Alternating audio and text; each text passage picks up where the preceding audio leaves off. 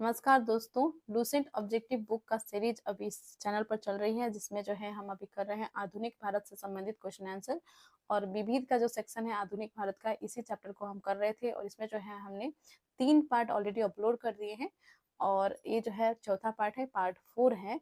यदि अभी तक आपने जो है पिछले वीडियोज को नहीं देखा है तो लूसेंट फॉर ऑल एग्जाम नामक एक प्लेलिस्ट बना हुआ है आप सभी के लिए, तो आप जो है एक बार विजिट कर लें चैनल के प्लेलिस्ट में। लूसेंट फॉर ऑल एग्जाम नाम का प्लेलिस्ट है, एक बार जो है आप उस प्लेलिस्ट में जाकर वीडियोस को देख लें। हमने जो है उसमें प्राचीन भारत से संबंधित भी जितने भी चैप्टर्स हैं उन्हें भी कर लिया है और साथ में मध्यकालीन भारत से संबंधित जितने भी चैप्टर्स हैं उन्हें भी हमने कंप्लीट कर लिया है और आधुनिक भारत के भी बहुत से चैप्टर्स का वीडियोज अपलोड हो चुके हैं। तो एमसीक्यूज क्वेश्चन है, सभी जो है एमसीक्यू बेस्ड है, तो आप जो है एक बार प्लेलिस्ट में जाकर देखिए। लूसेंट फॉर ऑल एग्जाम नाम का प्लेलिस्ट है और सभी वीडियोज को देख लें ताकि आपकी परीक्षा में जो है कोई भी इम्पोर्टेंट क्वेश्चन नहीं छूटे। आप कोई भी परीक्षा की तैयारी कर रहे हो तो आपके लिए जो है ये सभी वीडियोज इंपॉर्टेंट है, तो एक भी वीडियो मिस मत कीजिएगा और चैनल को जरूर सब्सक्राइब कर लीजिए और बेल आइकन को प्रेस जरूर कर ले ताकि जैसे ही कोई वीडियो अपलोड हो आप तक सबसे पहले पहुंचे। तो आते हैं प्रश्न पर। क्वेश्चन 80 तक हमने पिछले वीडियो में कर लिया था, आज करेंगे 81 से। क्वेश्चन है, भारतीय राष्ट्रीय कांग्रेस के बारे में निम्नलिखित कथनों पर विचार कीजिए। तो देखिए 4 कथन इसमें दिए गए हैं जिसमें से हमको जो है इसमें कौन से कथन, सही कथन को चूज करके इसमें एबीसीडी में आंसर देनी है। ठीक है, तो कर लेते हैं इसको। सरोजनी नायडू कांग्रेस की अध्यक्ष होने वाली प्रथम महिला थी। तो देखिए सरोजनी नायडू जो है कांग्रेस की भारतीय महिला थी, जो प्रथम भारतीय महिला थी। और एनी बेसेंट जो थी वो भारतीय राष्ट्रीय कांग्रेस की प्रथम अध्यक्ष, भारतीय राष्ट्रीय कांग्रेस की अध्यक्ष होने वाली प्रथम महिला थी। ठीक है, तो इसका जो है यह नहीं होगा। सी आर दास ने जब कांग्रेस अध्यक्ष के रूप में कार्य किया वो जेल में थे। चितरंजन दास ने जो है जब कांग्रेस अध्यक्ष के रूप में कार्य किया था तब वो जेल में थे, यह जो है सही है। ठीक है, एलन ऑक्टोविन ह्यूम ईयू ह्यूम प्रथम ब्रिटिश नागरिक थे जो कांग्रेस अध्यक्ष बने, ये जो है राइट नहीं है। इन्होंने जो है भारतीय राष्ट्रीय कांग्रेस की स्थापना की थी। ठीक है, और अल्फ्रेड वेब 1894 में कांग्रेस के अध्यक्ष थे, यह जो है सही है। तो देखिए 2 और 4 सही दिए गए हैं, 1 और 3 जो है गलत दिए गए हैं, तो इसका सही हो जाएगा ऑप्शन बी, 2 और 4। आगे बढ़ते हैं, क्वेश्चन 82 देख लेते हैं। 1935 के भारत सरकार अधिनियम की कौन सी एक विशेषता नहीं थी? कौन सी जो है एक विशेषता नहीं थी?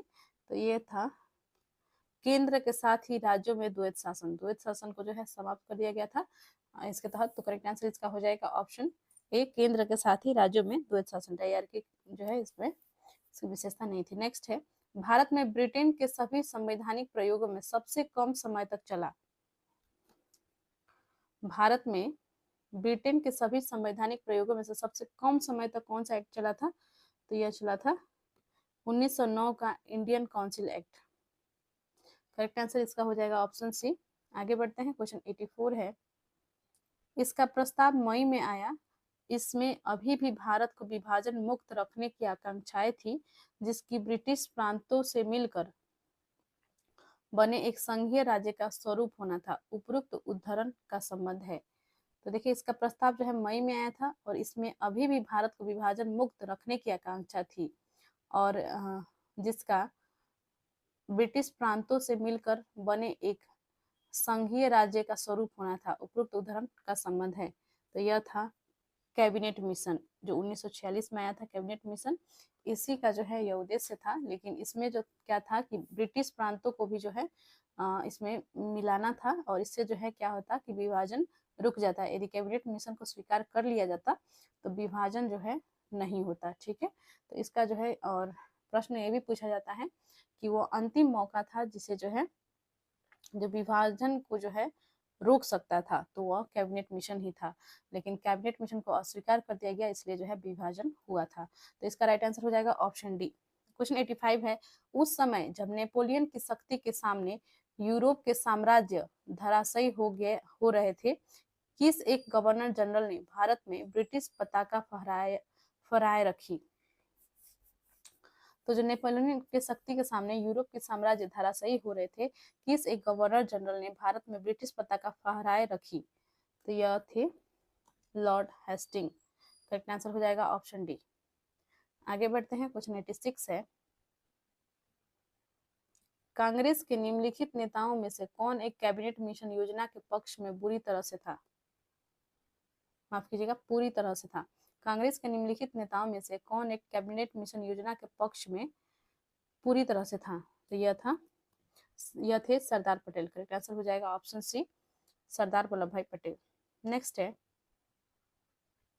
क्वेश्चन 87 में जो है सूची 1 को सूची 2 के साथ सुमिलित कीजिए। सूची 1 में पुस्तक दिए गए हैं, सूची 2 में इसके लेखक दिए गए हैं। तो इसे the first Indian war of independence, the first Indian war of independence लिखा था विनायक दामोदर सावरकर ने, बी.डी. सावरकर ने। और आनंद मठ के लेखक थे बंकिम चंद्र चटर्जी। और इसी से जो है वंदे मातरम गीत जो है लिया गया है। लाइफ डिवाइन को लिखा था लाइफ डिवाइन को लिखा था श्री अरविंद घोष ने। ठीक है, लाइफ डिवाइन को जो है लिखा था श्री अरविंद घोष ने। और साधना को लिखा था रविंद्रनाथ टैगोर ने। ठीक है, साधना को लिखा था रविंद्रनाथ टैगोर ने। Anand Math Bankim Chandra Chatterjee, the first Indian war of independence Vinayak Damodar Savarkar. तो इसका जो है राइट आंसर हो जाएगा ऑप्शन ए। आगे बढ़ते हैं, क्वेश्चन 88 देख लेते हैं। चैनल को अभी तक आपने सब्सक्राइब नहीं किया है तो चैनल को प्लीज सब्सक्राइब कर लीजिए और बेल आइकन को भी प्रेस कर लीजिए ताकि जैसे ही वीडियो अपलोड हो सबसे पहले आपको नोटिफिकेशन मिले। आते हैं प्रश्न पर। क्वेश्चन 88 है, निम्नलिखित युग्मों में से कौन सही सुमेलित है? तो कौन जो है सही सुमेलित है? तो देखिए यहाँ पर जो है कूट दिए गए हैं। ठीक है, इसमें जो है आपका आंसर पहले चारों को देखकर तब जो है इसमें कूट में आंसर इसका आपको बतानी होगी। ये जो है यूपीएससी में जो है इस तरह के प्रश्न पूछे जाते हैं और उससे जो है थोड़ा कम लेवल के जो एग्जाम्स होते हैं उसमें जो है इस टाइप के 4 प्रश्न दे दिए जाते हैं और कौन सही नहीं है या कौन सही है, बस इतना ही। एक ही मतलब आप लोग को टिक करना रहता है, कुछ इतना कंफ्यूजन करके जो है नहीं दिया गया है जैसे यहाँ पे इस प्रश्न में दिया गया है। इस प्रकार से नहीं दिए जाते हैं, तो आप प्रश्नों को देखकर घबराए नहीं। ठीक है, तो क्वेश्चन 88 देख लेते हैं। Theodore Beck Mohammedan Anglo Oriental College सही है। इल्बर्ट बिल रिपन ये भी सही है। फिरोज शाह मेहता भारतीय राष्ट्रीय कांग्रेस ये भी सही है। बदरुद्दीन तैयब जी मुस्लिम लीग नहीं, बदरुद्दीन तैयब जो है कांग्रेस के अध्यक्ष बने थे या मुस्लिम लीग के जो है नेता नहीं थे। तो ऑप्शन 4 जो है इसमें गलत दिया गया है। 1 2 3 सही है, ऑप्शन डी राइट हो जाएगा। आगे बढ़ते हैं, क्वेश्चन 89 देख लेते हैं। निम्नलिखित का सही कालानुक्रम क्या होगा? तो देखिए इसमें जो है 4 ऑप्शंस हैं, इसमें जो है इसको कालानुक्रम अनुसार जो है आपको मिलानी है। इसका जो है सबसे पहला होगा मैकाले का मिनट ऑन एजुकेशन हो जाएगा। ठीक है, ये 1 होगा। और वुड का एजुकेशन डिस्पैच आया था उसके पश्चात। ठीक है, 1800, इसका डेट थोड़ा कंफ्यूजन हो रहा है। ठीक है, उसके पश्चात ये होगा हंटर रिपोर्ट और फिर होगा द सार्जेंट एजुकेशन रिपोर्ट। इसका जो है राइट आंसर हो जाएगा इसमें ऑप्शन ए। आगे बढ़ते हैं, क्वेश्चन 90 देख लेते हैं। निम्नलिखित में से किसने सोम प्रकाश नामक समाचार पत्र शुरू किया? तो सोम प्रकाश नामक समाचार पत्र शुरू किया था ईश्वर चंद्र विद्यासागर ने। सोम प्रकाश नामक समाचार पत्र किसने जो है शुरुआत की थी? ईश्वर चंद्र विद्यासागर ने। क्वेश्चन 91 है, भारत के स्वदेशी आंदोलन के दौरान लिखा गया गीत आमार सोनार बांग्ला ने बांग्लादेश को उसके स्वतंत्रता संग्राम में प्रोत्साहित किया और उसे बांग्लादेश ने राष्ट्रगान के रूप में अपनाया। यह गीत किसने लिखा था? तो यह गीत लिखा गया था रविंद्रनाथ टैगोर द्वारा। ऑप्शन डी राइट हो जाएगा। गीत का नाम था आमार सोनार बांग्ला। ठीक है, रविंद्रनाथ टैगोर द्वारा लिखा गया था। क्वेश्चन 92 पे आते हैं। लॉर्ड मैकाले संबंधित है तो लॉर्ड मैकाले जो है ये संबंधित है अंग्रेजी शिक्षा से, ठीक है। करेक्ट आंसर हो जाएगा ऑप्शन सी, अंग्रेजी शिक्षा से। क्वेश्चन 93 है, और लॉर्ड मैकाले का एक कथन बहुत ही सुप्रसिद्ध है। इन्होंने कहा था कि यूरोप का इस एक पुस्तक जो है वो भारत के जितने भी पुस्तकालय हैं उससे जो है बेहतर है, इनका ऐसा कथन है, ठीक है। और ये कथन से रिलेटेड भी प्रश्न पूछे जाते हैं, आप याद रखेंगे। क्वेश्चन 93 है, निम्नलिखित में से किसने सुबह आजादी नामक कविता लिखी? तो सुबह आजादी लिखा था फैज अहमद फैज ने। करेक्ट आंसर हो जाएगा ऑप्शन बी।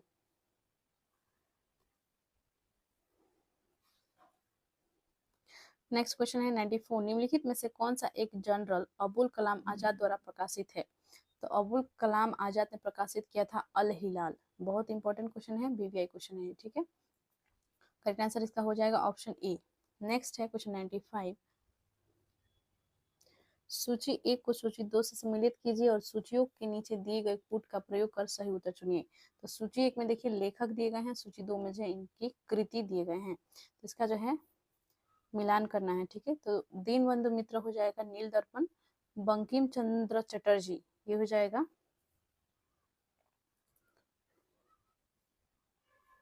बंकिम चंद्र चटर्जी, ठीक है। देवी चौधुरानी हो जाएगा, ठीक है, देवी चौधुरानी हो जाएगा। और प्रेमचंद हो जाएगा शतरंज के खिलाड़ी। तो ये जो है इसका मिलान होगा, ठीक है।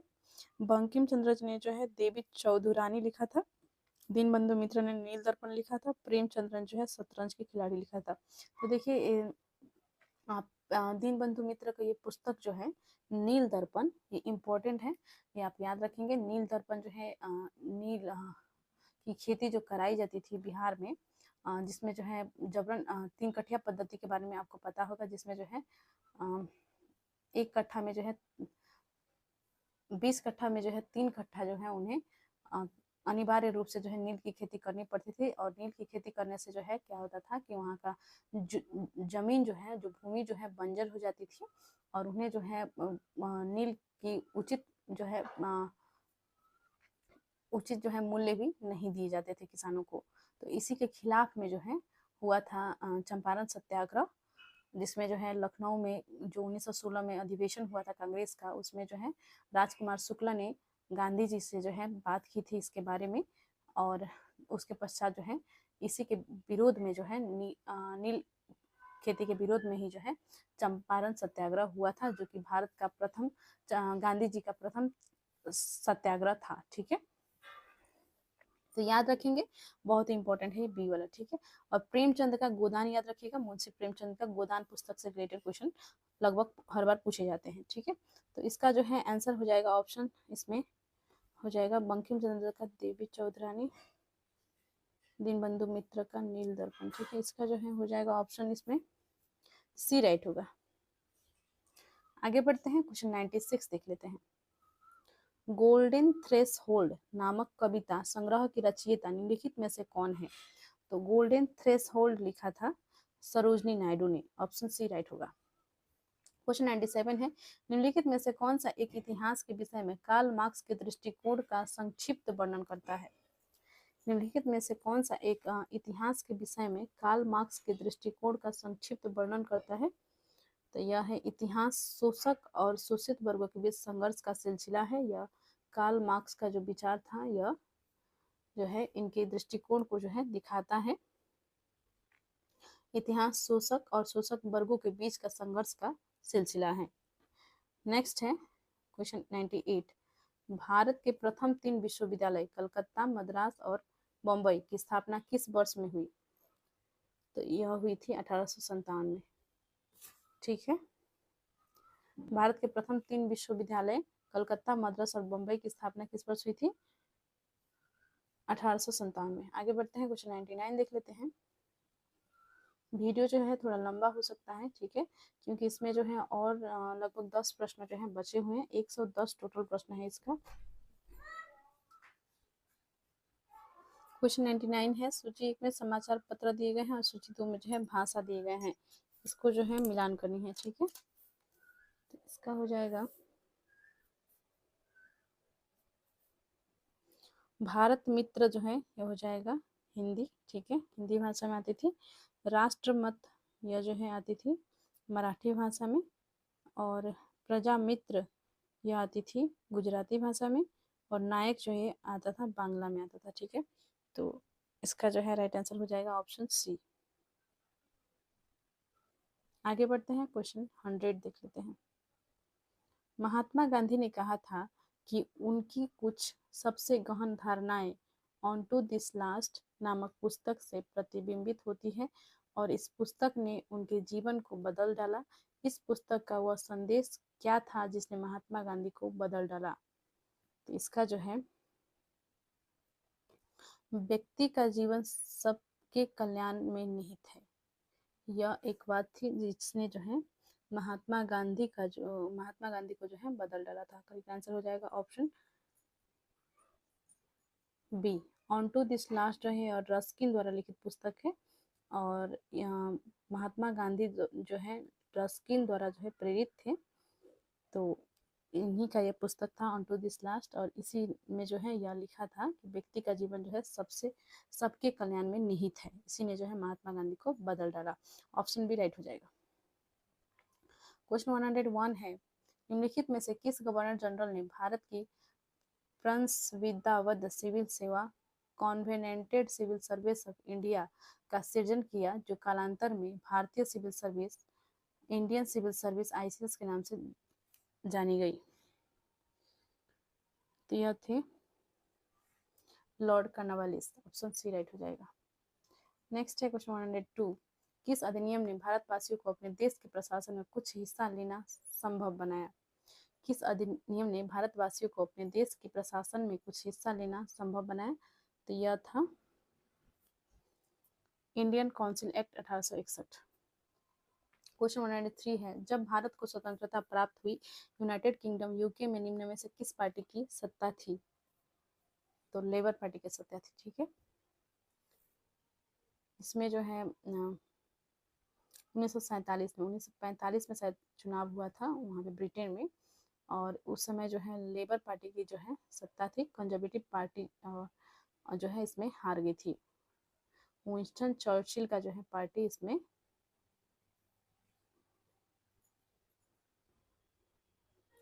हार गई थी, ठीक है। विंस्टन चर्चिल की पार्टी थी कंजर्वेटिव पार्टी। और ये जो है 1945 के चुनाव में हार गई थी और लेबर पार्टी की जीत हुई थी, जिसमें जो है प्रधानमंत्री बने थे क्लेमेंट एटली। आगे बढ़ते हैं, क्वेश्चन 104 देख लेते हैं। किस वर्ष राष्ट्रीय गीत वंदे मातरम पहली बार गाया गया? तो यह गाया गया था 1896 में। करेक्ट आंसर इसका हो जाएगा ऑप्शन ए। नेक्स्ट है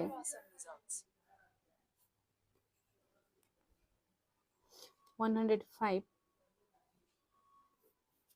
निम्नलिखित अंग्रेज शासकों में से समाचार पत्रों पर प्रतिबंध हटाने का श्रेय किसे है? किस अंग्रेज शासक ने जो है समाचार पत्रों पर से प्रतिबंध हटाया? तो यह था Charles Metcalfe. Option B right हो जाएगा, चार्ल्स मेटकॉफ। क्वेश्चन 106 है, बम्बई मद्रास कलकत्ता में उच्च न्यायालय की स्थापना कब हुई? तो बम्बई मद्रास और कोलकाता में जो है उच्च न्यायालय की स्थापना हुई थी 1861 में। नेक्स्ट है क्वेश्चन 107, इल्बर्ट बिल विवाद किससे संबंधित था?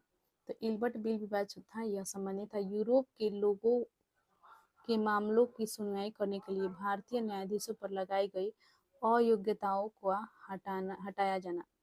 तो इल्बर्ट बिल जो है यह विवाद था कि यूरोप के लोगों के मामलों की सुनवाई करने के लिए भारतीय न्यायाधीशों पर लगाई गई अयोग्यताओं का हटाया जाना। ऑप्शन सी राइट हो जाएगा। नेक्स्ट देखते हैं क्वेश्चन 108, निम्नलिखित में से कौन सी घटना सबसे पहले हुई? तो सबसे पहले जो हुई थी वो हुई थी दीनबंधु मित्र ने नील दर्पण का लेखन किया था। नेक्स्ट है 109, भारत छोड़ो आंदोलन क्विट इंडिया मूवमेंट, माफ कीजिएगा क्विट इंडिया, भारत छोड़ो का नारा किसने दिया था? तो यह दिया था यूसुफ मेहर अली ने, ठीक है। क्विट इंडिया का जो है भारत छोड़ो का नारा किसने दिया था? यूसुफ मेहर अली ने। देखते हैं इस वीडियो का लास्ट क्वेश्चन होगा ये, इनमें से कौन अंग्रेजी में अनुदित प्राचीन भारतीय धार्मिक गीति काव्य सॉन्ग्स फ्रॉम प्रिजन से संबंध है? तो सॉन्ग्स फ्रॉम प्रिजन से संबद्ध है Mohandas Karamchand Gandhi, option C right हो जाएगा। तो मिलते हैं नेक्स्ट वीडियो में। चैनल को प्लीज़ सब्सक्राइब कर लीजिए और बेल आइकन को भी प्रेस कर लीजिएगा, और प्लीज़ किसी ग्रुप में जो है वीडियो को शेयर कर दीजिए, और प्लीज़ कमेंट करें। बहुत बहुत धन्यवाद।